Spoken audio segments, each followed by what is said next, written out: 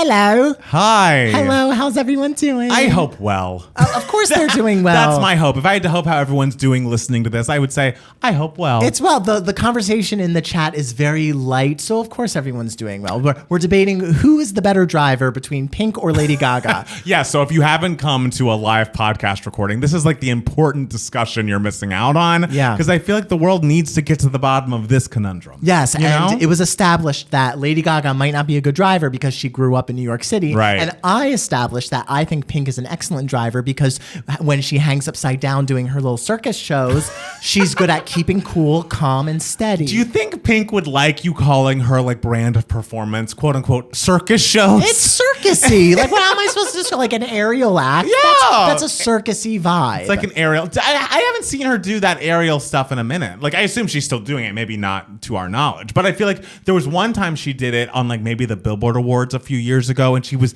doing it outside, like outside of a building. She was like aerialing and like maybe climbing up the side of the building. Guys, you put her in an 85 mile per hour speed limit and she will go a solid 85. She should be and not veer anywhere. She should be in an action movie, actually. Like, why isn't she the new Tomb Raider? Sure, she's probably hanging upside down right now as we speak. Oh. She's hanging upside down with her earbuds in, listening to 2 gay mats. And you know what? She's a mother, and mothers can do anything. Hey. Hey!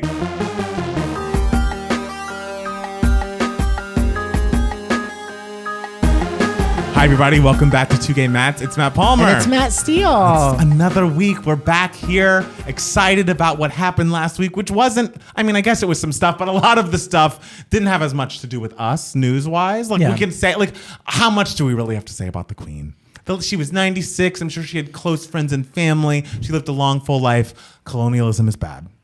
You know, like, I feel like all of that can be true. And of course, and however you feel about the monarchy, you can still extend, your well wishes to the British people who are now going through a transition. Some of them are, though. I feel like I've seen some interviews on TikTok where they like stop people in the street and they're like, what do you think about the Queen dying? And the people are like, you know what? I'm not a fan of the Queen. Why are we giving our taxpayers to these people? Oh, well, yeah. Like, that's like a big debate, like within the UK. Like, right. Should our tax money be going to this or should it not or whatever and everything? And the Irish were thrilled. Well, yeah. They were over the moon. And of course, like, the people who have the most negative stuff to say are going to be the ones featured on the social media. But, you can it still is a transitional period, and she was a constant for 70 years, so that is hard on, or that, I wouldn't say like hard because like they'll be fine. Right. But like, that I offer them, the British people, their condolences, and the transition will be smooth and they'll move on with their lives. Yes, I offer condolences to the British people who miss her and the British people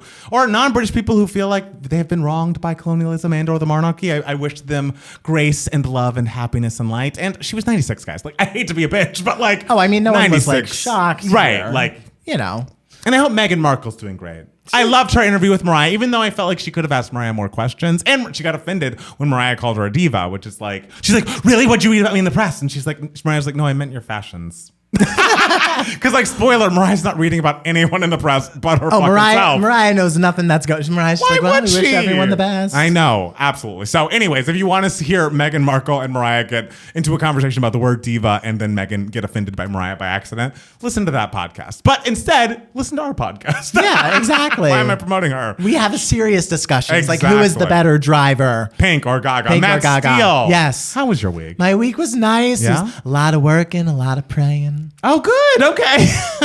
I did nothing this week, and so that's why I had to. I guess I should ask now or later. Do you want to talk about Big Brother now, or would you like to wait until later? Oh, motherfucker, we are saving that for Jesus, later. We are saving giving me moments for the thing that gave me the most of a moment in the entire year. I know, and I have been following it again because I am with Matt Steele. My phone listens to this podcast while we're recording it, I guess, and I get all the BB updates, and I am very tuned in, and I was like, Matt Steele's going to have a lot to say this week. So I just wanted to give you the floor if you wanted it, and now. No, you're saying later.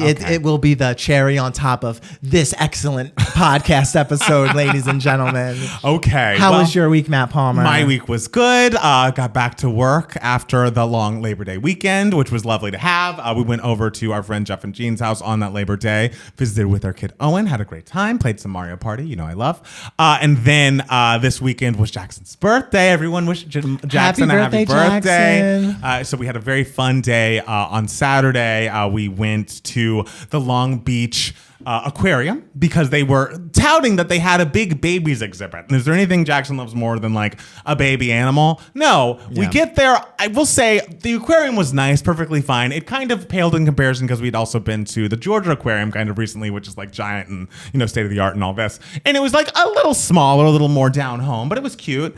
The babies exhibit, not enough babies. How many babies were there? There were like really small baby jellyfish. That's maybe cute. like a baby frog or two. Okay. But the picture promoting the babies was a baby sea otter that was very cute. There were no baby sea otters. Well, you know, people do say that the population is in decline. I mean, so maybe those just animals are also kind of just like, you humans aren't having babies. Fuck you. We're not having babies either. If you're not putting in your weight, we're not putting in ours. I just felt like there should have been more babies. But it was like, honestly, there was a mix up with the timing. We only could be there for an hour and a half. So it all worked out. It's not like we had to spend a lot of time in the babies exhibit, but we had a nice time. And then we went to a restaurant in Long Beach, which we have not really explored the area a lot. So this restaurant, I believe it was called Saint and Second, was very lovely. We were treated very well. Initially, we were like, it's his birthday to the waiter. And he was like, happy birthday. So tonight's specials are, and so we're like, fuck, we're not getting a cake or free anything. I love that waiter. And then by the end of the night, he was like, do you want a dessert menu? And we're like, mm-hmm. And we looked at it and we were just like, you know, we're going to pass. And he's like, did someone mention it was their birthday? And I was like, yes, we did. And so he came back out with like a little scoop of ice cream and just like banana pudding kind of thing. Give him a scoop. That's it. Give him a scoop. I'll take a scoop. We just wanted a little bit of something, a little acknowledgement that someone was born today. And we got it. So that was lovely. And today I've been slowly, because, you know, I'm not one to work hard and like during a lot at the same time, you know? So I've been like slowly cleaning our home over the past week. I'm like, today I'll do the living room and I'll like clean. And then today I did, which I'd been putting off the bathroom because I feel like the bathroom always takes the most work. That's the one you put off. That's the one everyone puts off. So today, no matter who you are. Absolutely. So today I cleaned up the room we're currently sitting in and also the bathroom. And, you know, I felt positive about that. I laid down, watched some Rap Shit, which is that Issa Rae show. I think they've completed their airing of this first season, but I'm behind on it and catching up, and it's really picking up. I'm loving it. But then I'm lying in the bed watching Rap Shit so happily, and I get a notification on my phone that's just like, 2 Gay Mats live in 30 minutes. I'm like, oh, I guess that's true, isn't it? So had to get myself together, prepare the set. So here he is, ladies and gentlemen, I know. begrudgingly performing for all of you. Not begrudgingly. I drove here thrilled. I was so excited, but I made a point not to speed because I, like Pink, am a safe driver. I was so excited to be here for all of you today, ladies and gentlemen. I was excited as well, but sometimes you know when it's time to, even when you're about to do something fun, if you're in a reclined position, if you're lying down, if you're horizontal, it's hard to get vertical again. That's all I'm saying. I'm so sorry you had to go through that. I know. I've been through a lot. You know, my condolences to the British people and to Matt Palmer. I know, exactly. We've all been through a lot this week. And you know who else has been through a lot this week? Who? Tell me. Harry Styles. So he's been through a lot this month. I know. And every time I talk about Don't Worry, Darling, and like this disaster of a press tour, I'm like, this is going to be the last time we talk about this. And it never is. No. It's a never-ending saga, the never-ending story. So if you were online this time, probably like last Monday, like Labor Day, probably this was happening. You probably saw a video circulating that people were trying to figure out whether or not Harry Styles spat on Chris Pine. And the whole, were they at Venice? Where were they? The Venice Film Festival. Venice Film Festival. They were sitting down in their seats. They were sitting in their seats, and this is after like the press line that Florence Pugh just made it to like the red carpet 20 minutes before the film started airing or something. And so she's there not making eye contact with Olivia Wilde. There are people standing strategically so that people that are feuding are not interacting. Olivia Wilde and Harry Styles are not looking at each They're other. not. Like, and I was thinking they just didn't want to like get a lot of opinions and like a lot of people, a lot of eyes on their relationship. But then another podcast I listened to was like they could have broken up. Yeah. And I'm like, no one knows. I guess we'll find out next week. That'll be the story of next week. I know. We'll open this podcast with that. Yeah. But then there was a video circulating, I guess it was after the presentation of Don't Worry, Darling, I believe, where Harry is going back to his seat. He is sitting strategically next to Chris Pine. He kind of looks to his right as he's sitting down, and Chris Pine looks down and stops clapping. And there's a moment where Harry's making a weird face that kind of looks like a face one would make when spitting. And Chris Pine kind of looks down and makes a face that like someone would make if like someone does something horrible to you, but you have to remain professional. Exactly. Like you're kind of like. And so there was a lot of discussion, a lot of back and forth about whether or not this was spit. As the days went on, I think both Chris Pine and Harry Styles people have come out and said that Harry Styles did not spit on Chris Pine. Harry made a joke about it at his concert in New York the following day. Cute, right? Cute. Everyone will be fine. Everyone's going to be fine. There's also a very funny quote going around by Harry Styles. I guess he's discussing the movie at the presser. You know, my favorite thing about the movie is, like, it feels like a movie, he said. It feels like a real, like, you know, go to the theater film movie. Styles, and I guess that's the full, is that the full quote? Yeah, pretty much. It was the gist. And so, Yeah, Matt Steele, as a cinephile yourself, were you offended by this quote? It did sound like how I would sound if I was to describe a movie that I didn't understand. I was not offended by this quote at all. Okay. I mean, you know, it was what it was. I was more traumatized by the spit discourse as a younger brother of an older brother. You know, we have all younger brothers of older brothers have been held down by their older brothers and like had spit. They would spit like your older brother never did this. This is horror. You this had is a nice older brother. Like they would pin you down and like spit above your face and have it dangle and then suck it back up. To like, you know, to like tease you. So any discourse surrounding spit is just deeply upsetting to me. That is deeply upsetting to me. What you just said, I have to live with that now. Michael's a monster.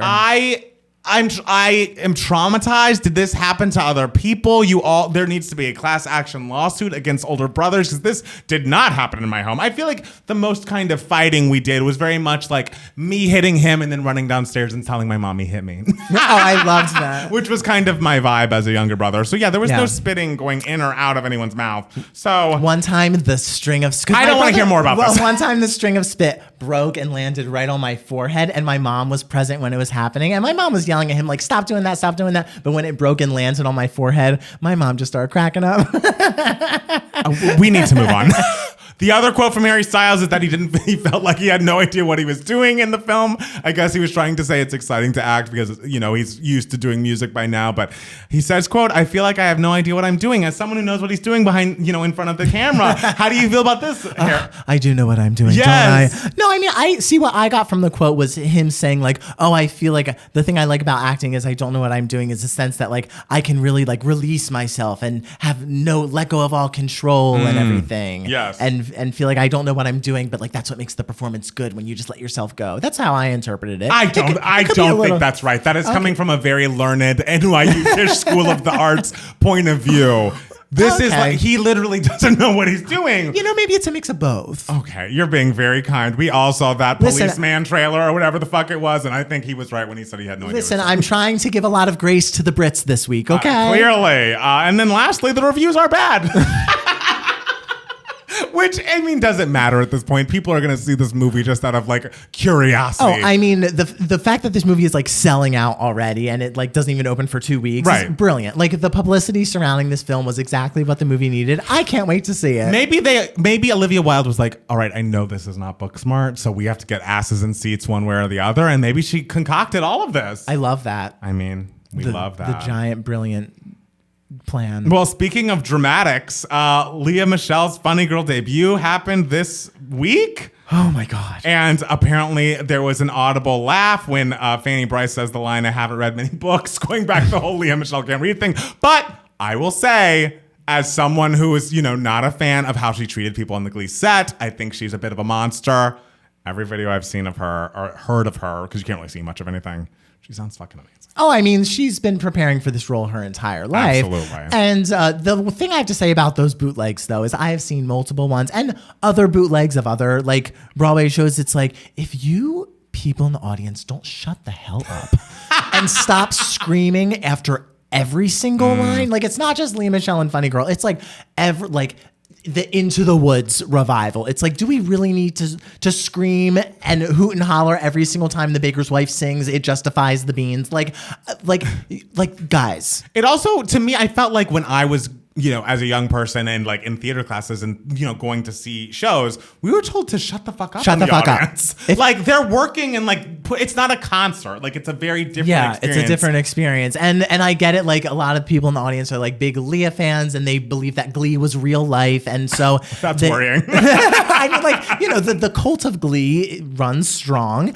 And so they're like, wow, this is like Rachel's dreams are really coming true. And they're very excited for her. So they want to cheer her on and everything. But like, guys, we are at a Broadway show. Yeah. Thank you if I was a performer on stage and I was getting screams after every single one of my lines, I would stop the show and be like, can y'all people shut the fuck up? And like, I've worked really hard on this. Right. So, and then she's of course no longer in the show as we speak because she has COVID.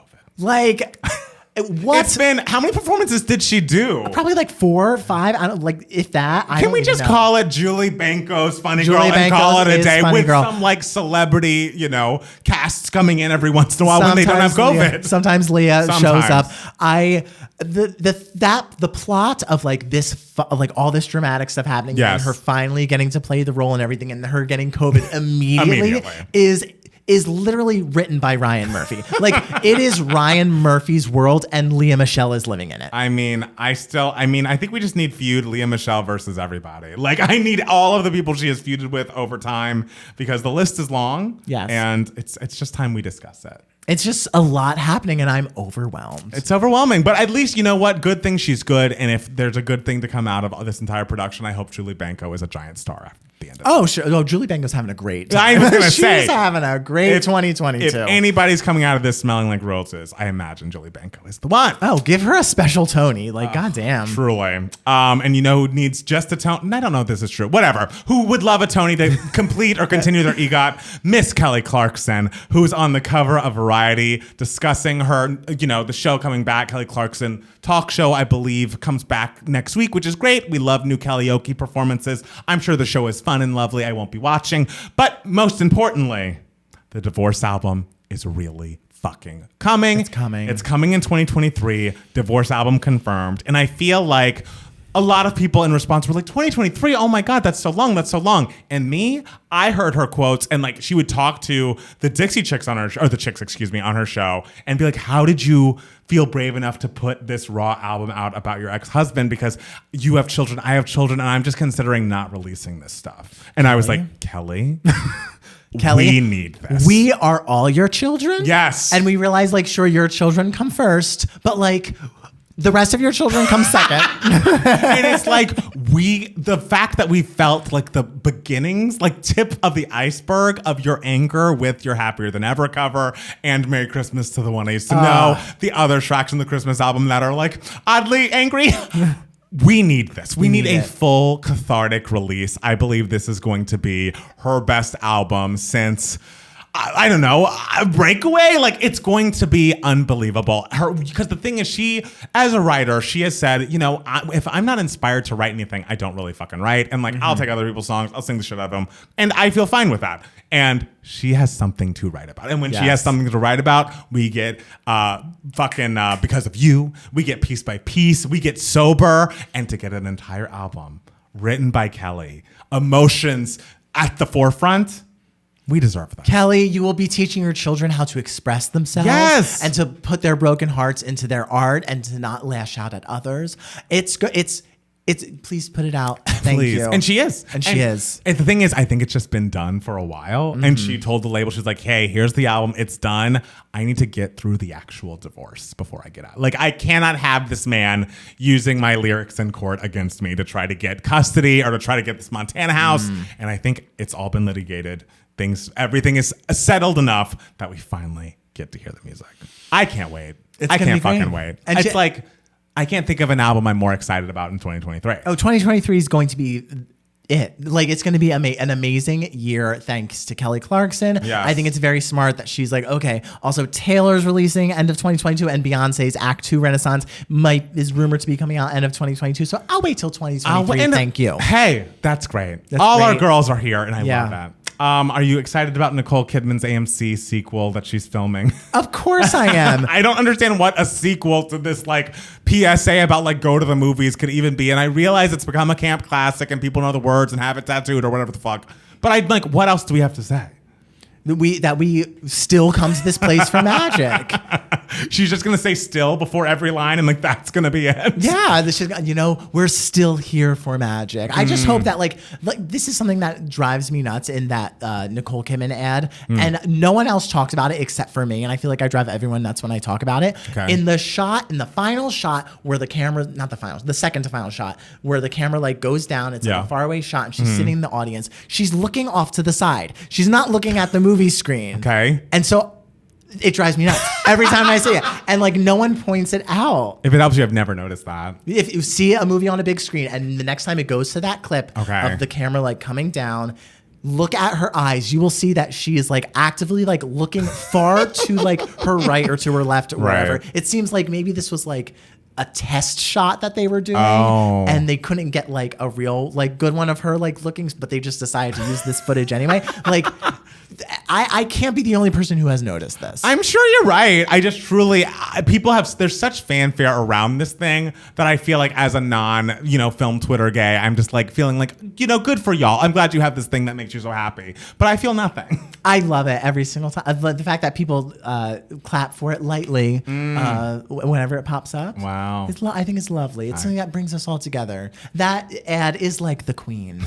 It unifies all of us as a nation, regardless of political affiliation. Okay. That's not what the Queen did. But anyways. That is kind of what the Queen would did. But clearly they just didn't unite the people as a nation when everyone's like, the monarchy is so unneeded. I feel like they're less popular than ever. So she didn't do it that. Well, but that's like what is she supposed, like that's what the monarchy is supposed to do. Essentially be like an apolitical figure that doesn't control the country, but is just sort of like we all look to her to represent all of us. So are you saying that the Queen near the end of her life did not do her job correctly? Because that's what I'm kind of hearing from here. What do you mean? Because she died? Well, no, because like she didn't bring the country together, like you said, it was her job to do as the head of the monarchy. Well, not to get everyone to agree about the monarchy, but to remind people like we are all one nation. Matt Steele critical of the Queen. More news coming soon. Listen, I am from New Jersey. I don't know nothing about the Queen. Okay. I want to just take this time to say, we talked about it very briefly prior to starting recording. We're not going to talk about Britney's posts anymore, I don't think, because everything we have to say is essentially, I wish this was private. Like, we're not just shitting on like her parents or Kevin Federline. It's now the children are getting involved and it feels a little icky. Yeah. So we're going to take it back away. We're going to step away from that a little bit in our discussions of Britney. But in great Britney news, Hold Me Closer debuted at number 6, which I looked up is the highest a single of hers has peaked since Scream and Shout. It outpeaked Work Bitch. How high did Work Bitch? Like 12, 13. Did it really not make the top 10? No. That is so homophobic. It's so homophobic. How dare we as a nation allow that to happen? I know. And I mean, Hold Me Closer is lovely, and it outpeaked the Dua Lipa song with Elton. So no matter how you look at it, it's a big success, and I'm happy for her. She better make her money. Exactly. Make the money she wants to make. D23 was this past weekend, so all those Disney gays out there were over the moon. This is the expo, kind of like a Disney Comic-Con that I suppose they have every year. And the biggest news that came out of it, from what I understand, was the first look at The Little Mermaid, starring Chloe and Halle Bailey, who's Ariel. And they have a teaser trailer that's available online of, just Halle singing the end of Part of Your World and like some vision of what like the underwater world is going to look like, the beautiful score behind. But at D23 itself, they played the whole Part of Your World. And of course, that leaked onto the internet. And guys, I pretend not to listen to the leaks, but man, she sounds so fucking good. like I remember watching and being like, oh yeah, like this will be good and everything. Yes. And I listened to it and I was like, oh no, this is exceptionally good. This is exceptional. It is a beautiful rendition. So if you haven't seen The League, but like you don't want to be spoiled, just know just trust us. It's just a beautiful rendition. It's beautiful. It's just different enough. She just makes it her own enough. It's not like Christina Aguilera doing Reflection and like just growling the whole time, which I would still have liked. But this, I feel like, is very respectful to the original performance by Jodie Benson, I want to say. And she's just so stunningly beautiful. I was saying, I don't think I have seen one of the live action remakes of these Disney classics. And so this is going to be the first one because I'm going to see this in theaters. I'm excited. She's a superstar and like we've known that for so long, but I feel like the world is going to know. Oh, you haven't seen any of them? I don't know. Like even with Jackson? I don't think so. Oh, interesting. Yeah. Okay. Yeah, I don't think I have. So unless I'm forgetting one, and please tell me if I have seen that. But I don't think I have. So I'm excited about Halle. Trying to think if anything else happened at D23. Well, apparently Amy Poehler is coming back to the Inside Out 2, but Mindy Kaling and who's the guy that plays Barry on Barry? Bill Hader. Bill Hader. Not coming back. Since 2015, their rates have gone too high, apparently. But Amy Poehler will still be there. There's a rumor going around that Netflix is going to stop binge releasing things and like just release things weekly, like TV. And I feel like there are pros and cons to that. I like binging stuff, but you also, if you like to binge, just wait until it's all out and then binge it. And then binge it, yeah. Right. Like exactly. you can control yourself. Like unless it's a show you really want to watch, which you'll just watch it weekly. Like I don't think it's that. A lot of people are really bemoaning this change. You'll be fine. I don't think it's that big of a deal. You will all be fine. Right. You will learn to live your lives. Oh, and I finished Never Have I Ever. Fernando was great. Oh, my friend Fernando in the finale of Never Have I Ever. Yes, great job. Lastly, I apologize. You won't know what I'm talking about here. Okay. I just want to talk about the end of The Real Housewives of Atlanta. It was the finale. I didn't talk about this last week. She by Sheree, did I? I don't think so. Okay. No. So Sheree Whitfield is an original in a housewife who they brought back this season. The first season of the show, which aired 14 years ago, she was planning to make a t-shirt or athleisure line called She by Sheree. The season finale, I believe, of that season happened, and the clothes were not ready by the time of the fashion show. And so there was a party, there were no fashions. B character Dwight came out and said famously, "A fashion show with no fashions, how dreadful." It is now 14 years later. She by Sheree has not launched. Since that moment, everyone in the Housewives universe knows about She by Sheree, and it's never come out. I was about to say, like, I remember, like, in 2010, like, for some reason, Real Housewives was on my TV. Yes. And seeing this, like, fashion show, and there was, like, nothing. Yes. Yeah, it was, and I was like, he's describing, like, far in the past. I am. And so now the season finale of season 14 of Real Housewives of Atlanta, Sheree has come back this season. Her first half of the season was about, like, this man who was just getting out of prison, who she had a relationship with, Tyrone, who stood her up, and then they broke up. Second half of the season was like, you know what? I need to restart She by Sheree. So she's spending half the season, and she's like, oh, the pieces are lost in Alaska. The pieces are stuck in California. And the whole time you're like, okay, you're building up to something good, right? Like, we cannot have another fashion show with no fashions. We haven't seen Dwight in probably 10 years. Dwight pops back up just so they can play the fashion show with no fashions clip a million times. He sits down. It takes a long time, but there are fashions, there are models. It looks great. They walk down the runway. Curtain closes on the show, and you're like, wow, Sheree really did it. What a lovely moment. Then you go to, because of course, by the time of the episode airing, let's go to SheBuySheree.com and buy some of her athleisure. What happened? Due to an overwhelming amount of love, the website crashed as soon as the episode aired.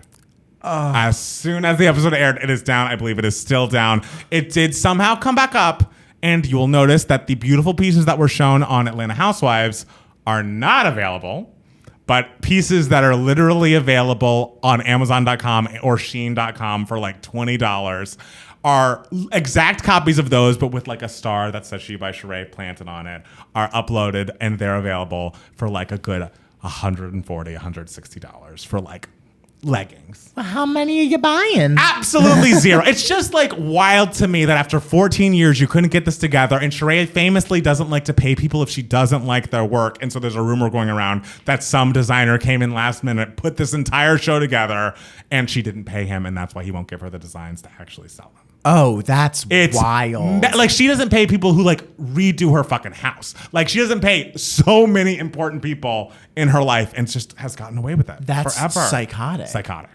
Well, all right. It's just, I just had to get it off my chest because I watched it just in awe, like mouth agape, like Sheree. If I was working on something like that for 14 years, because it's like, he got Devos done and out before 14 years. And you know what's harder than making like a fucking athleisure line? Making a fucking movie. Okay? Okay. It just is like unacceptable, the amount of time that was spent, and the fact that the designs are so shitty, and the fact that people are still not getting paid this far in the future. It's just like, please, Sheree, no.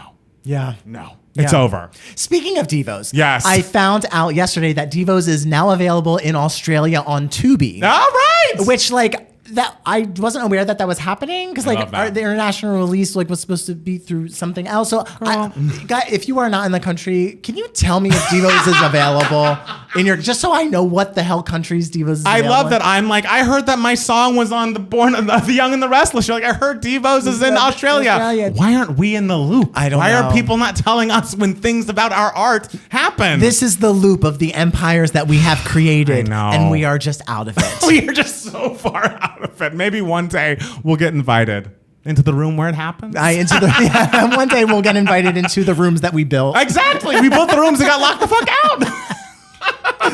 All right. So I guess, is there any other news for idiots you'd like to share with the people today? Oh, are we not going to talk about the anniversary? Which anniversary? Of Glitter? Yeah. We can if you want. Yes, Glitter came out. I thought you were going to talk about it. It came out 21 years ago today, September 11th, when we're recording this, which there were other world events occurring at that time, which were darker. And, But let's focus on the happier things. Focusing on the happier things like Glitter. I remember getting that album. I remember listening to that preview in the local HMV before it came out and hearing Lead the Way for the first time, changing my life. It's a perfect album. It has a great balance of up-tempos and balladry. The vocals are one of the best vocal performances she's had on an album, like since Daydream at that point. It's just, I cannot recommend Glitter enough. And happy 21st anniversary to the day Mrs. Palmer risked her life. That's not right. Trekked through the streets to go to Circuit City or Best Buy or whatever to buy her son this album on a day when the country was being attacked. The country was, but Atlanta was fine. But no, you have but to we make, didn't know. make I claims kind of about remember, Ben. There was carnage in the streets. We didn't know what was happening. Mrs. Palmer was being attacked by zombies. That's not right. She was ran through quicksand. This is false. These are falsehoods. For her baby. Because she was did. like, you know what? The world is crumbling, but my baby boy needs that Glitter soundtrack. I did. And as a mother, I will do whatever I can for my child. So happy anniversary to the strength of Mrs. And Palmer. after I called my mom and made sure that all our family and friends were okay, was the first question I asked, did you have a chance to pick up Glitter? Yes. And am I proud of that? I don't know. I think. And she said, of course Yes. I did for you, baby, because that is a mother. I mean, that's what mothering is. A queen. We A queen. We hope to be half the parent one day. Honestly. I know. Truly. Absolutely. That's how you do it. All right. Is there any other news for idiots you want to talk about? I don't think so. All right, guys. Well, we're going to take a quick break, and then we'll be back with more 2Gay Mats, the podcast. We took a nice relaxing break. We really did. We got excited about the new iOS update coming to Apple tomorrow. You got excited. I meant we, like me and the other people commenting that are excited about the new iPhone 14. And I was excited for you. And I think I appreciate that. You're well. I'm here for you. Oh my God, so kind. Yes. Yes. So we are on to Email My Heart. This is the section of the podcast where we answer any questions that you guys might have. You can be a part of Email My Heart if you email us at 2gaymats@gmail.com, 2 spelled TWO. Or if you are watching this podcast on YouTube, you can comment below, which we have a question from a comment below. That never today. happens. It rarely happens, ladies and gentlemen, Yes. but you know. So first one is going to be one that was an email. So this is from Durga. Durga says, 2Gay Mats is my religion. Hey, Mats, over the past few weeks, I've become dangerously addicted to your podcast. Oh, that makes me nervous. Like Dangerously in Love. Yes, exactly. Listening to old episodes while doing everything from my skincare routine to falling asleep at night. I was just wondering, I've heard you both talk about your favorite movies and TV shows, but do you have any favorite podcasts or YouTubers that are your comfort people or whose content you simply enjoy? Hugs, Durga. Durga also wrote another email saying, Matt, just sending this reply to say that I've been listening to Hurricane by Matt Palmer himself, and I've realized, Matt Palmer, you're a fucking genius. Oh, you had me from the first second, and I love it. Thank you so much. I mean, we're going back and forth on the chat about which is better, Hurricane or Chemistry, but don't worry, there will likely be more Matt Palmer Z future collaborations that you can throw into the mix soon. Don't worry, they're both available. And they're both available now. As far as YouTubers, weirdly, I don't really watch any YouTubers. Yeah. I feel like I did. There were times where I would watch Tyler Oakley when he would do YouTube stuff. I'd be like, oh, he's a cute guy and he seems to be doing well. And YouTube was never really, I was never really into it like that. Like it was fun that we did it. Oh, and all that. And that we do it. Did it and do it. And we love that. But as far as podcasts, I am a huge podcast person. I think right now, my favorites, The Read is back. They had a hiatus. That was for a very valid reason. And they're back. And I went Kid Fury and Crystal only good things in the world. They are so hilarious. So like, what a brilliant comedy duo. Like when people ask us what I want our podcast to kind of be like, it's like, I love that they don't need to have fucking guests. And that, because they are the draw. And like, that is kind of the dream for the Two Gay Mats, in my humble opinion. Other podcasts I very much love. I love Bitch Sesh, which is Casey Wilson, Danielle Schneider. I love The Deep Dive, which is June Diane Raphael and Jessica St. Clair. Very funny. I'm trying to think of what else. I love Legends Only, actually. T. Kyle and Bradley Stern. Very funny. New York City gays. If you like this podcast, you'll probably like their pop music stuff. Trying to think of what else I listen to. That's a lot. I listen to the podcast a lot. Keep It. We both listen to Keep It sometimes. Yes. My friend Lewis co-hosts that. Yeah. As far as like podcasts go, like the only podcasts I really listen to are like the Big Brother ones. like I told you all about Hey Julie, a Big Brother podcast. Also, I have another friend, Nick, who I was on his Big Brother podcast called But First. And as far as YouTube go, it's like all of like the Big Brother Survivor YouTube. Wow. Like there's Peridium, which has really good analytical Big Brother YouTube videos. Also Ethan Imal with an E at the end, who has really insightful videos as well. As far as just like nice, simple, I'm just watching this and wasting time, there's a YouTube channel called Emmy Made, and she just like cooks very simple recipes. Oh, wow. And like, Lord knows I'm not cooking this shit. Right. But like, for some reason, she's just so sweet and lovely to watch. And she also, I talked about her on Giving Me Moments probably like a year and a half ago, because she has a whole section of her YouTube channel devoted to like trying exotic fruits. Oh, that's cool. And I talked about how you didn't think it was cool when I talked about it on the podcast. Oh, well, it's cooler now. I'm in a better mood, I guess. I was talking about it for Giving Me Moments, and I was just like, there's a whole series of all these, her trying all these different fruits. And you know, I love fruits. Yes. And you were just like, this is stupid. Next thing.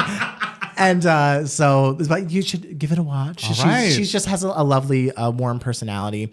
And yeah, that's about it. I mean, when we're close to like election times, so like gearing up, I start watching, random YouTube videos about like polling and stuff like that.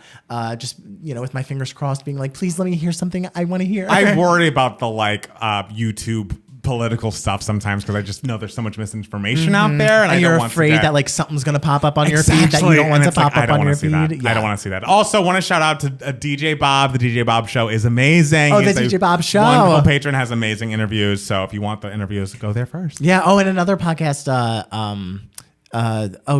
Putting It Together, which is a podcast devoted to Stephen Sondheim, where he dissects every single like Stephen Sondheim song, show by show, and everything. Yeah. So. That's a really fun podcast. And then the DJ Bob Show. If you like nostalgia, like 90s and early 2000s nostalgia, that's the DJ Bob Show. And Danny Pellegrino, who has also been a guest on our show. His show, since he's been on, and since we were a guest very early on in his podcast. His podcast has blown up. It's a giant Housewives podcast. He also has interviews, and then he's also released a book. I believe there may be another one coming. So big fan of him. Just like what a positive light person. Like I feel like so many podcasters can be kind of jaded and kind of, bitchy like we are. And I feel like he is not that as much. And I think it's it's like having a very sweet gay friend in your I feel like there are bitchier podcasters out there than us. Oh, I agree. Yeah. Because it's like our bitchiness is mostly to each other, or to like, R. Kelly or someone who's deplorable, Sure. Which is fine. So the next email my heart is the YouTube comment from our friend Braden. Braden says, email my heart. You guys mentioned how Matt Steele hates people calling cast recordings soundtracks. I also thought about how Steele loves movies, but I've never heard him talk about a soundtrack. So I would love to know, what are some of your favorite actual soundtracks? Ooh. I love the soundtracks to The Parent Trap and To Wong Fu. Of course, the Hannah Montana ones too. Can't wait to hear. As far as like movie soundtracks, I am not going to include like movie scores. Okay.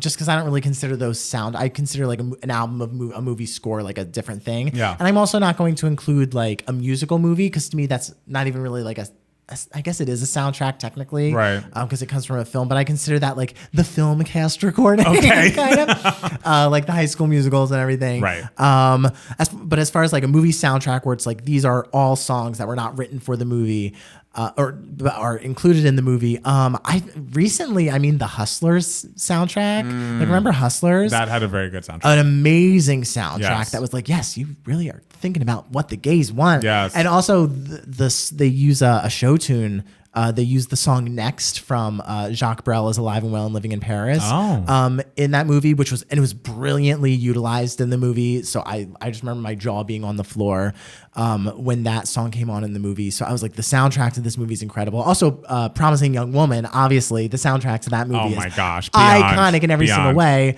And the fact that they, again, another show tune is used, Something Wonderful from The King and I, used so brilliantly in that movie. Another amazing movie soundtrack is so random. I remember one day, like, watching Look Who's Talking, which has been one of my favorite movies, like, for decades since I was a little kid. And I just remember sitting there watching it being like, damn, they had budget for the soundtrack for this movie. That's the thing is like I feel like the heyday of soundtracks is behind us. In like the early 90s. Like I think throughout the 90s, there was just good fucking shit. Like, I'm sorry, do you have more? Oh, no. It's just like every song is like a classic song. And it's like, damn, this is a great soundtrack to this movie. And you know what exemplifies that for me? Waiting to Exhale. Oh my God. Babyface was at the top of his motherfucking game, and he was like, okay, I have to write a song for all of these legendary R&B artists that are going to be on the soundtrack. Obviously, there are the Whitney cuts, Why Does It Hurt So Bad, Exhale, Shoop Shoop. But then you think about songs like Mary J. Blige's Not Gonna Cry and Toni Braxton's Let It Flow, like songs that literally became staples and like some of their biggest hits for these artists who had already had giant hits. Brandy's sitting up in my room. Like, there's not a soundtrack that has impacted me more than the Waiting to Exhale soundtrack. It is the one to beat. There are others on the list. I mean, I feel like... there's the one that Mrs. Palmer risked her life to get 21 years ago today. The Glitter soundtrack. The Glitter soundtrack is excellent. That's the thing. The Glitter and soundtrack, I almost think of as just the Mariah Carey album. Yeah, of course. And kind of the same way for The Bodyguard. But for some reason, The Preacher's Wife, which is literally just a Whitney Houston album that's gospel, feels more like a soundtrack to me, and I fucking love it. The City of Angels soundtrack, which I don't even know if I've listened to it all the way through, but Uninvited. Oh, classic soundtrack. Iris. Yes. Like, these are classic pieces of music. In the 90s, I feel like we had movies that were known for their soundtracks. Yes. And you don't get that these days. Yes. Of course, the Spice Girls Stand to Me is like obviously Spice World, the soundtrack to Spice World. But it's like, is that a soundtrack? It's an album. And then they just put the songs in, Right. I just thought about that, like how like the 90s really was that like, was this is time. a movie where you will be buying the soundtrack. Didn't Batman Forever have Kiss from a Rose and By Seal and How Do I Live by Leanne Rimes? I'm pretty sure that's right. Correct me if I'm wrong. Oh, Dick Tracy, the soundtrack to Dick Tracy. Someone said Garden State. Absolutely. The first time I heard Frou Frou. It's just like I feel like soundtracks these days, it's just not the same. And I feel like this is what happens when all of us get old. Is like, it was better in my childhood is what every single person alive is going to say. But truly, it was better in our childhood. Of course. But like, the thing is, like, that is why, like, when a movie like Promising Young Woman comes along or like Hustlers comes along, where like you really notice all the music that was like chosen for this movie and how it fits in the movie so well and really gives the movie such a feel. Like, it's so exciting to see now because you don't see it as much now. Right. You don't see as much care being put into every single song that Emerald Fennell put into that soundtrack. Absolutely. Like, Emerald Fennell was like, no, you know what song we fucking need here? Paris Hilton classic. I miss that. Yeah. I miss that. Like, but I love all of that, and I love basically going back and building the time period with songs that are already existing. But when it was like, we have money, we have a music supervisor, we are going to create an album with these amazing artists and like build the story with brand new songs. And it's not a musical, but these songs tell the story like that. Yeah, like The Bodyguard. Fuck. Yeah. That was it. So Matt Steele. Yeah. Question for you. Yes. What has been giving you moments, darling? Oh, okay. So it's two things. One, very quickly, we talked about him earlier in this podcast. One of my best friends, Fernando, he was in the final episode of Never Have I Ever. He's one of my best friends. If you see me on Instagram, you've seen Fernando. He wrote the second of his is in a series of books that he wrote. The first book is called The After Living, and he just put out his second book, the second sort of chapter in this series. It's about if Jesus was a vampire. So if you like fantasy vampire fiction, I feel like Christian would love it because he loves theology. He's studying theology. Right. So if you're into that, like so dense and like brilliant, and he has such an imaginative mind. So I'm so proud of him. The second book is called Descent and Dissolution. Do I know what desolation or desolation? Descent and Desolation. Do I know what desolation means? I'll find out when I read it. You'll find out. But so I'm just super proud of him. Everyone, check out the two books, The After Living and Descent and Desolation. I think they're available for free on Kindle and Amazon. Check that out. But I mean, of course, here we go. Everyone buckle up. Guys, I don't even know where to begin other than to just say that Thursday's 2-hour double eviction episode of Big Brother was the best episode of Big Brother in the past 9 years. Wow. Maybe That's a ever. long time. Like, it was such an incredible episode. I'm going to try to be brief. Famous last words. All season long, there's been a contestant, Michael, who was gay and like the nerdy archetype. He's a defense lawyer and he is a super fan to the max. So he's a brilliant mind. And the thing is that no one was anticipating was that he is also a competition beast. The last week, he broke the record that was held for 16 years by Janelle, who's a Big Brother legend, for most power vetoes won in a season of Big Brother. If you don't know what that is, I don't know. I don't know what to tell you. Just say it's a special competition in the show. He won it 6 times. He finally beat the record. And he also tied Janelle's record for 9 big competition wins in one season. And so everyone was like, fuck, how is he so smart and so good socially and also a competition beast? And he's just, like a little gay, against these like super athletic men and everything. And so the entire season, the audiences were just like, you need to get Michael the fuck out. How is no one going after Michael? But he was playing the middle so brilliantly. And so last week he was head of household, so he couldn't be head of household this week. So he was in danger this week. And so the 2 other guys who have also won some competitions, Monty and Turner, were like, you know what we should do? Align with Michael and not go after him. So that way it's the 3 of us winning the rest of the competitions and it'll be 3 of us in the final 3. And it's like, what a bad idea. Like, why wouldn't you just, like, of course the guys are going to try to stick with the other guys. And so we're just like, so Michael's not going to go in the double eviction. It's going to be disappointing. It's going to be disappointing. So the double eviction starts. They play an entire week of Big Brother in 1 hour. Turner wins head of household. He puts up Brittany, who's Michael's best friend, and Alyssa. And it's like, oh God, they're going to try to get Brittany out, aren't they? Monty wins the power veto, so he has the power to take one of them down. And so Monty just goes to Alyssa privately, and he's like, Alyssa, you're coming down.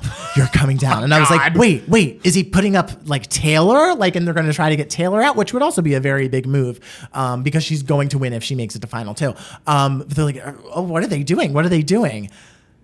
And he says to Alyssa, now is the time to take the shot. And I felt all of America shit their pants. Like, because it was like, oh my God. Because it's like, not only like was the house surprised that they were going to go after Michael, but the fans were surprised because for the entire week, it was just like, they're going to keep Michael safe. Right. So power veto ceremony happens and Michael's just sitting there and you see Michael on the couch just going, don't do it. Don't do it. Really? Don't do it. And Monty goes, I'm taking Alyssa down. And Turner goes up to make his nomination. And Michael's like, don't do it, Turner. Don't do it. You said you would never put up a fellow LGBTQ person. Oh, you said, Jesus.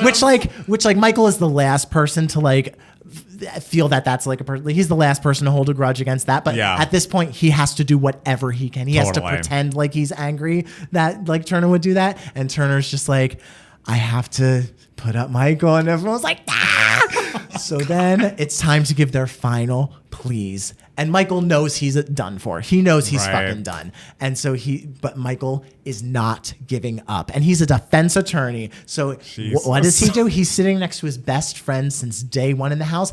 He throws his best friend under the biggest bus on the planet. He's like, everyone knows Brittany has been making final 2 deals with everyone. She has been a mess this week, talking to everyone, spilling everyone's game. Everyone knows this. And Brittany's face she is just heartbroken, and she she's crying and she just feels so betrayed by her best friend. And it's You're so happy about this. yes, get her, and like just ripping her to shreds. And he's like, guys, to the other girls, Taylor and Alyssa, he's like, you two, if you girls vote me out, this will go on Monty and Turner's resume. It will not make you two look impressive. What will be impressive is if you keep me, so the three of us can work together and go after Monty and Turner and everything. Don't give them that check mark on their resume. Wow. And the girls are just like, you can tell in their heads, they're just like, he has a really good point. He has a really good point, but I have to do it because he's just dominated the game for so long.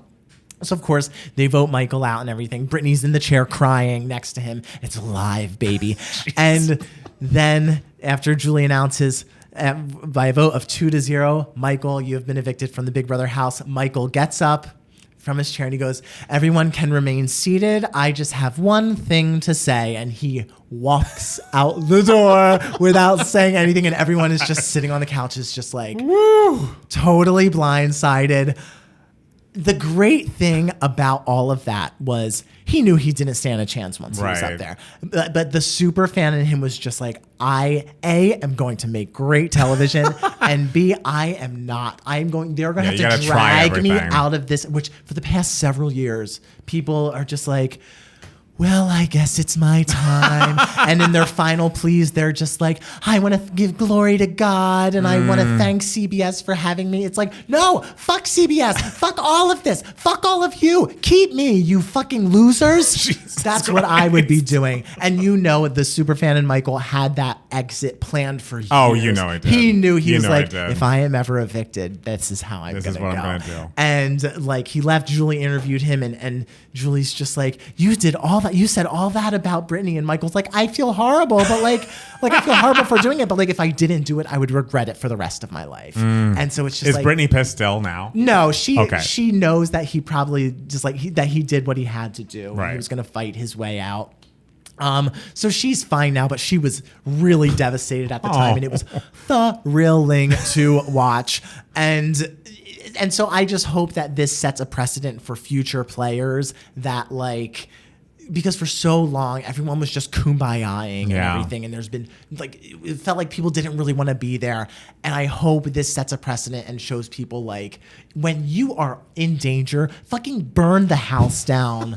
Scorched Earth, throw all of your friends under the bus, throw all the other losers under the bus. You fight your way to $750,000, and if you're gonna exit, be bitter, or at least like, because the thing is, Michael wasn't bitter. He knew that he was like, yeah, they did the right thing. Yes. But he was like, you know what? But I'm gonna pretend to be bitter just to make a statement. Wow. And so I'm really hoping that this sets precedent for all seasons forward, and everyone wants to be like Michael in the future. Also, the rest of the episode was great too. It showed Kyle. Remember Kyle going to jury house and having to tell the jury members like, hey, I'm fucking racist. I did these things based on like racial bias, like implicit like biases and everything. And it showed them being mad at him. It was just like, what television? Wow. It also showed this girl, Alyssa, she said when she was a child, she wanted a beach themed bedroom, and her parents were like, yeah, sure. So they let her put sand on the floor of her bedroom and sleep in a hammock.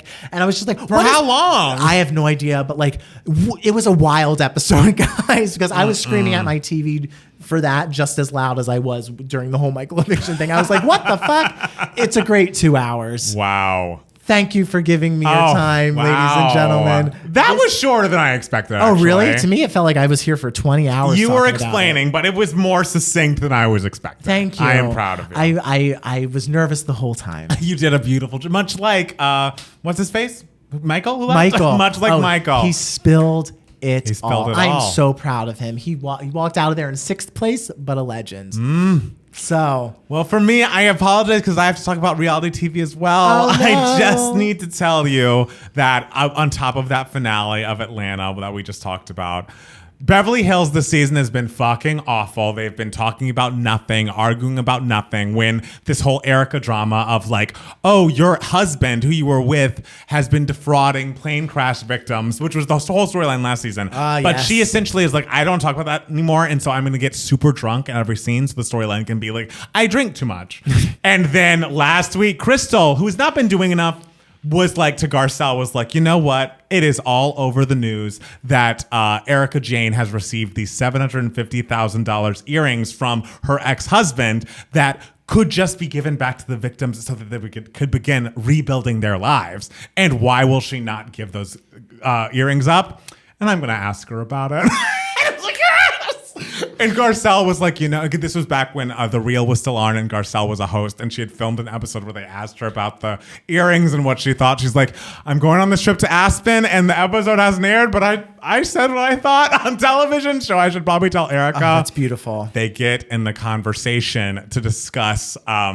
Crystal's like, by the way, I think you should give these earrings back. Do you still have them? Erica had been bragging. He was like, they're actually worth $3 million. And it's like, and then Crystal's like, well, why don't you feel like you should give these back? And she's like, well, it's a whole legal process. It's a whole legal process. I'm not going to just fold to the court of public opinion. If they think I did something wrong, they're going to have to prove it in court. They can say I'm a fucking liar, but until they do, these are mine. And then they were just like, what you're doing is wrong. You're not doing this for public opinion. We're saying this because it's like, to be a good person, you should give these earrings back. And what she said was, quote, what we've all thought because we've watched the show and we see how she interacts in the world. Quote, oh no, I don't give a fuck about anyone but myself. And it's like, you're not even going to veil the fact that you are a Disney villain right now. You have ruined. She's like, I don't even know if they're real victims. This could all be, I don't know why, who would call them real victims. It's not been proven that they're victims in a court of law. And it's like, Erica. Man, Erica. I mean, this is just the moral of the story, ladies and gentlemen. If you're going to go on reality TV, be messy. And it's what makes it good, but and also there's this great shot of Garcelle, because Erica's the one who like talked shit about Garcelle's son and told him to go fuck himself or whatever the other week. And as soon as Erica says this, she turns back around like at Crystal with like a big smile on her face, like, we got the bitch. It's wonderful. And it's like even the people who have tried to be on Erica's side because they have like this alliance, which is really lame, I have been like, you have to stop talking because I can't defend what you just said. We're going to walk you out of here and put you to bed because we cannot defend. To walk you out here and put you to bed because we cannot defend. I don't care about anyone else but go to sleep. Go to sleep. You're crazy. It was excellent. I'm so glad we got one good episode out of the 20 terrible ones there have been. The trailer for Potomac came out. It looks excellent. The trailer for Salt Lake City came out and looks excellent. We've been in a little bit of a lull with Housewives, but I think isn't it so thrilling when there is a lull in your reality TV, darling, and you are like, I'm sticking it out, I'm sticking it, and then suddenly it's just like, boom, and you just feel so invigorated. You feel refreshed. It was 1 a.m. as I was watching that Big Brother episode. I've never felt more alive in my life. And it's like so lovely, but it's like, will it stay? Will it stay? And the thing is, it won't. It won't. But then it'll go back up. And then do you think Vanderpump Rules ever is going to have a good moment again? You know what? It could. Stick with it, darling. I'm sticking with it, unfortunately. Oh, well, I guess that's it. I'm hot. I'm tired. I know. Reality TV does this It really too, guys. does. It winds you up. It really also, does. just one last thing. They're filming the reunion. They filmed it on Friday. And the new woman, who's fucking awful, is only present via Zoom. If they don't fire her immediately, Diana, I never want to see her again on my television. How dare you? How dare Show you? up. I did like, before the episode that just came out aired, she is very rich, and so she donated $100,000 to the plane crash victims. Just cause. And I was like, that was the most likable thing you did all season. Too bad it wasn't on the show. Goodbye. Awful. But sorry, I think that is it for me. Wow. What a time to be living. It really is the time. It is the time. Thank you guys so much for listening and watching, and we'll be back next week with more 2 Gay Mats. Bye. Bye.